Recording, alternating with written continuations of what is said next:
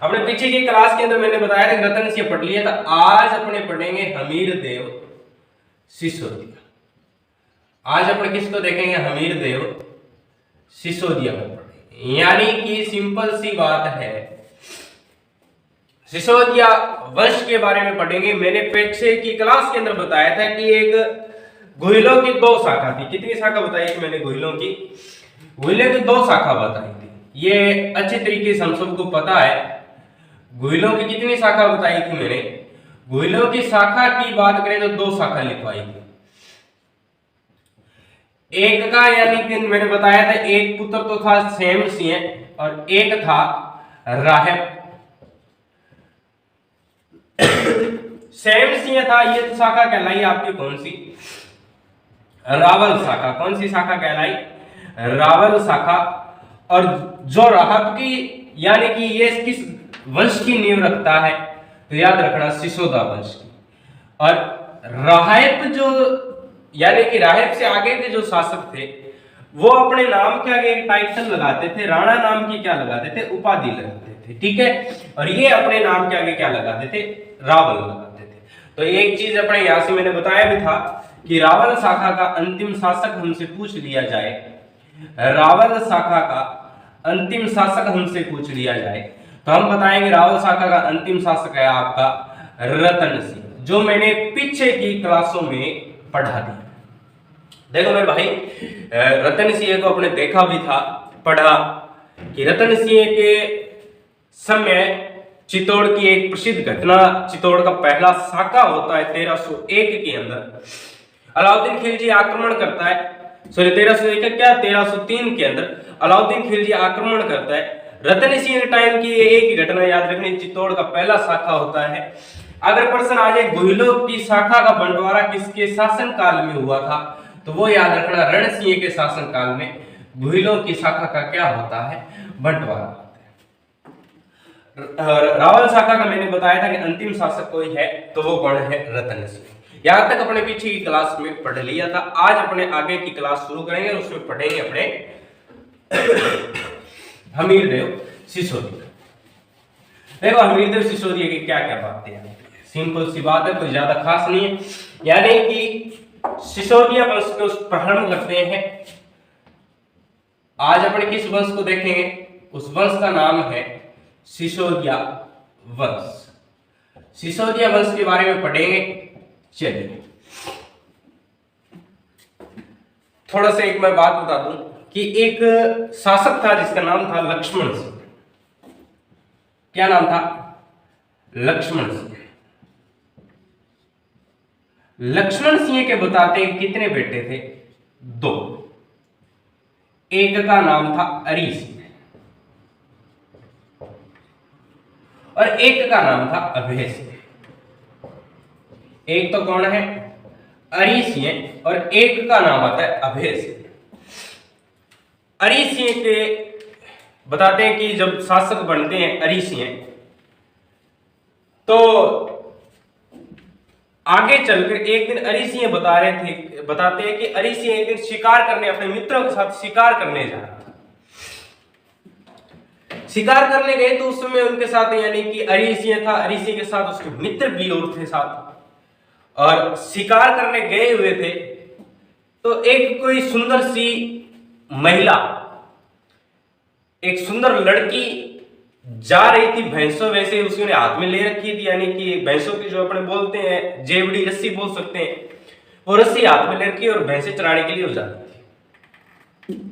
तो अरी सिंह का जो मित्र था उसने उस लड़की को कुछ गलत बोल दिया, यानी कि ताने वाने मारे तो उस लड़की को गुस्सा आया और उसने बताते हैं कि उस रस्सी से ही उस व्यक्ति को घोड़े समेत नीचे फेंक दिया था।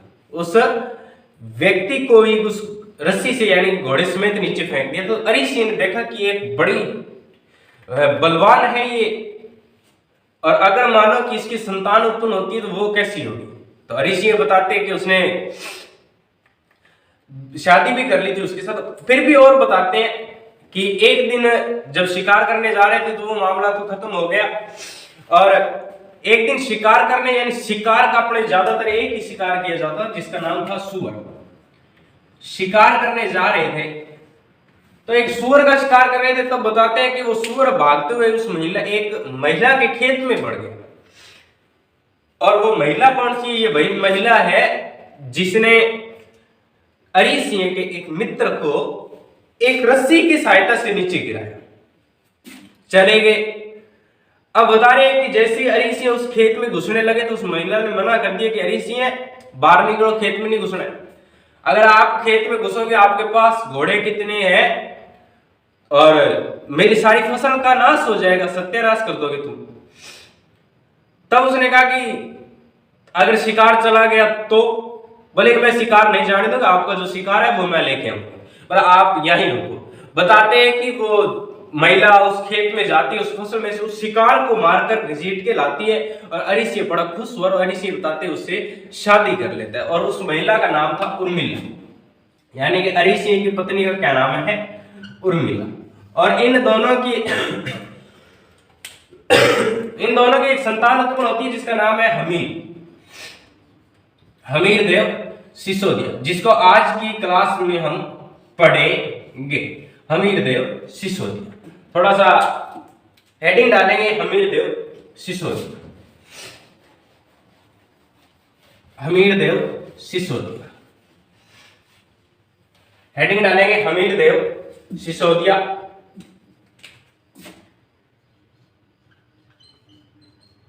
हमीर देव सिसोदिया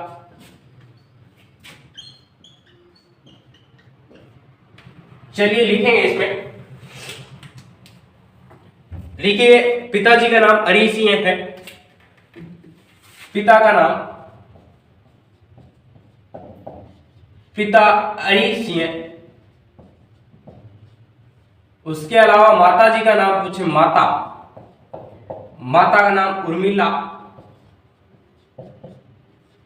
उसके अलावा अरी सिंह से अगर हमीर देव से प्रश्न आएंगे तो इसके उपनाम पूछे जाते, बहुत बार पूछे भी गए हैं पेपर के अंदर। और लिखेंगे विषम घाटी पंचानन भी कहते हैं इसको, विषम घाटी पंचानन भी कहते हैं। फिर और हम बात करें, मेवाड़ का उद्धारक भी कहते हैं, मेवाड़ का उद्धारक भी कहते हैं। उसके अलावा और भी बात करें, वीर राजा भी कहते हैं। ये थोड़ा सा ध्यान दें, हमीर देव सिसोदिया को विषम घाटी पंचानन भी कहा गया था, वीर राजा भी कहते हैं, मेवाड़ का उद्धारक भी कहते हैं, मेवाड़ का उद्धारक भी कहते हैं। अगर प्रश्न आ जाए विषम घाटी पंचानन किसमें कहा गया है, तो याद रखना विषम घाटी पंचानन कीर्ति स्तंभ में कहा गया। कीर्ति स्तंभ प्रशस्ति के अंदर इन्हें क्या नाम दिया गया? कीर्ति स्तंभ प्रशस्ति में, कीर्ति स्तंभ प्रशस्ति में विषम घाटी पंचानन किसे कहा गया है? तो ये ध्यान रखना, विषम घाटी पंचानन हमीर देव सिसोदिया को कहा गया। अगर आ जाए वीर राजा किसमें कहा गया, तो याद रखना रसिक प्रिया नामक टीका के अंदर, रसिक प्रिया नामक टीका, रसिक प्रिया नामक टीका। ये किसके द्वारा रचित रचना है? तो याद रखना कुमा द्वारा रचित रसिक प्रिया में जो टीका है इसकी, वो ध्यान रखना। उसके अंदर हमीर देव सिसोदिया किस नाम से जाना गया? वीर राजा की उपाधि के नाम से। ठीक है, इतनी बात याद हो जानी चाहिए। उसके बाद एक बात बता दूं, इनके टाइम की एक घटना अपने को और याद रखनी है, उसके अलावा कुछ नहीं पढ़ना ज्यादा है।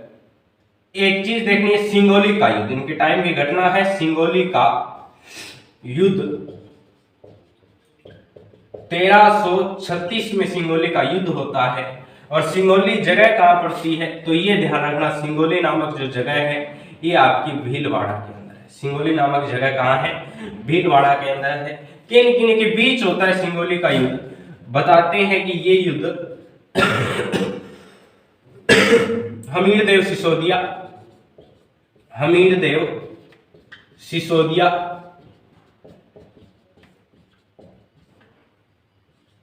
और मोहम्मद बिन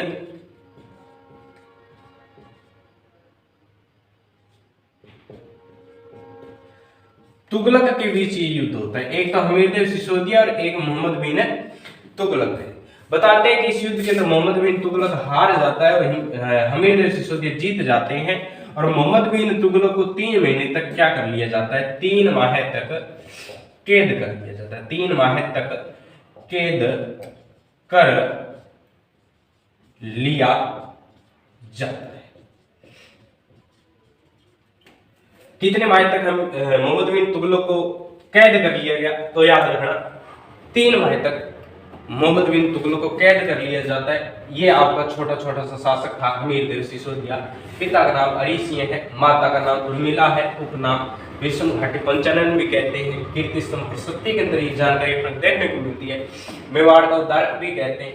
वीर राजा कुंभा द्वारा रचित एक टीका है जिसका नाम रसिक प्रिया है। रसिक प्रिया में इनको क्या कहा गया है, वीर राजा कहा गया। सिंगोली का युद्ध किसके टाइम की घटना है, तो वो भी याद रखनी है, हमीर देव सिसोदिया के टाइम की घटना है। युद्ध होता किन किन के बीच में, एक तो हमीर देव सिसोदिया, दूसरा मोहम्मद बिन तुगलक है। इस युद्ध के अंदर बताते हैं मोहम्मद बिन तुगलक हार जाता है, उसको 3 महीने तक क्या कर लेते हैं, कैद कर लेते हैं। ठीक है, उसके अलावा देखो एक चीज और ध्यान देंगे, बताते हैं इस युद्ध के अंदर विजय होने के कारण हमीर देव सिसोदिया ने एक मंदिर भी बनवाया।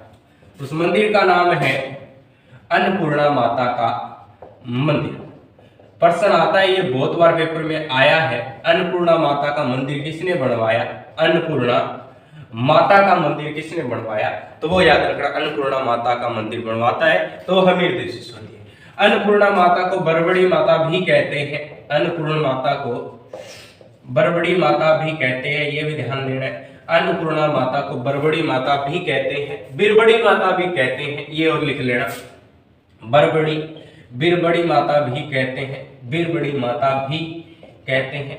अगर एक प्रश्न आ जाए आपके लिए, शानदार गजब का लाजवाब प्रश्न है, शायद ही कोई बता पाता है इसको। कर्नल जेम्स टोड ने हमीर देव सिसोदिया को क्या कहा है, ये ध्यान देना। कर्नल जेम्स टोड ने हमीर देव सिसोदिया को हिंदू प्रबल राजा के नाम से पुकारा। हिंदू प्रबल राजा के नाम से, राजा के नाम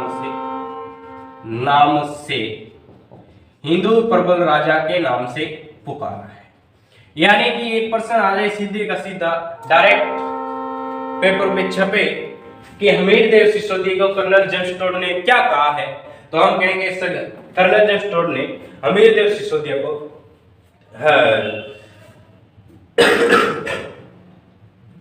हिंदू प्रबल राजा का नाम दिया है। और उसके अलावा एक व्यक्ति आते हैं जिनका नाम है दशरथ शर्मा। दशरथ शर्मा कहते हैं कि जब इस युद्ध के अंदर सिंगोली का युद्ध हुआ भीलवाड़ा में हमीर देव सिसोदिया और मोहम्मद बिन तुगलक के अंदर, और मोहम्मद बिन तुगलक को 3 महीने तक कैद कर लिया, तब दशरथ शर्मा लिखते हैं कि आज तुर्कों की परतंत्रता का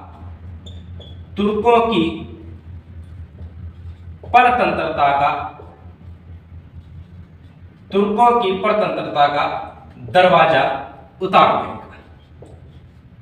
तुर्कों की परतंत्रता का दरवाजा उतार देगा। ये बात किसने कही थी, तो याद रखना दशरथ शर्मा। ये मोस्ट इंपोर्टेंट रहेगा आपका प्रश्न। ठीक है, दशरथ शर्मा ने क्या कहा था सिंगोली के युद्ध में, तो अपने को याद रखना है। दशरथ शर्मा कहते हैं कि आज तुर्कों की परतंत्रता का दरवाजा उतार फेंक। उसके अलावा देखो और भी प्रश्न आ जाए यहां से, जहां तक उम्मीद है कि आने की कि अगर हमीर देव सिसोदिया से कोई प्रश्न बनता है, इन तथ्यों से आपका प्रश्न बाहर नहीं जाएगा, वादा है।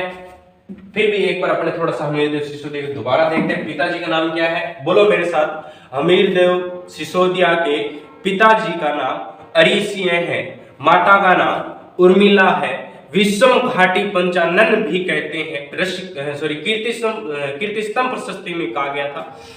रसिक प्रिय टीका के अंदर इनको वीर राजा कहा गया, मेवाड़ का उद्धारक भी कहते हैं। इनके टाइम का सिंगोली का युद्ध हुआ था 1336 के समय की बात है। सिंगोली जगह पड़ती है भीलवाड़ा के अंदर। मोहम्मद बिन तुगलक और हमीर देव सिसोदिया के बीच युद्ध होता है, और इसी में बताते हैं मोहम्मद बिन तुगलक को 3 महीने तक कैद करके रखा था। और दशरथ शर्मा लिखते हैं कि आज तुर्कों की प्रतंत्रता का जूता उतार फेंका। और उसके बाद और बात करें, कर्नल जेम्स टोड ने हमीरपुर सिसोदिया को हिंदू प्रबल राजा के नाम से पुकारा है और इस विजय के उपलक्ष्य में हमीरपुर सिसोदिया ने अन्नपूर्णा माता का मंदिर भी बनवाया, जिसे बिरबड़ी माता भी कहते हैं। तो ये था आपका छोटा सा हमीरदेव सिसोदिया। जल्दी से इसकी शुरुआत नोट कर लीजिए, फिर अपने जो नेक्स्ट शासक है राणा लाखा, कल के एपिसोड के अंदर राणा लाखा पढ़ेंगे, एक एक शासक अपने रोज का पढ़ेंगे और धीरे धीरे करते करते अपने मंजिल को पा लेंगे। तो जय हिंद जय भारत, मिलते हैं नेक्स्ट क्लास में, तब तक के लिए tata bye bye, take care, बेट अपना सेहत का ध्यान रखिएगा। वर्तमान में थोड़ी सी बुखार और स्वास्थ्य यानी बुखार की ज़्यादा शिकायत है, तो थोड़ा सा अपना बचाव जरूरी है। अंदर मस्त रजाई के अंदर बैठ के अपनी स्टडी जारी रखें। जय हिंद जय भारत, मिलते हैं नेक्स्ट